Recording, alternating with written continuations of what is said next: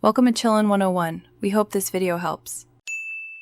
In this video, I will explain how to connect your PlayStation 4 controller to your computer via Bluetooth.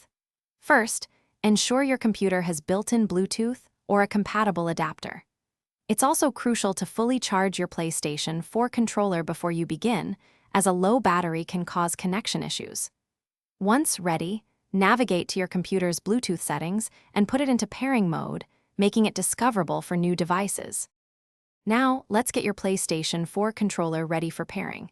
You'll need to simultaneously press and hold two buttons: the PlayStation button, located in the center, and the Share button, found on the left side of the touchpad.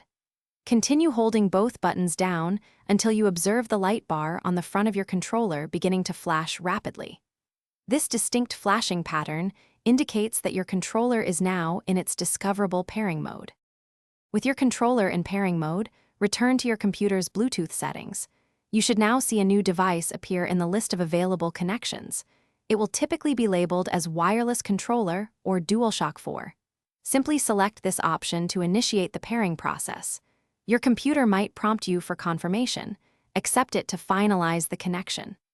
The controller's light bar should then turn a solid color, indicating a successful link. Once connected, it's a good idea to test your PlayStation 4 controller. Open a game or an application that supports controllers to verify its functionality. If you encounter any issues, a simple restart of both your computer and the controller can often resolve them.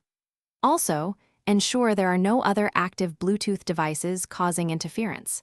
For persistent problems, consider updating your computer's Bluetooth drivers to their latest version for optimal performance. Thanks for watching. Consider subscribing if we helped you.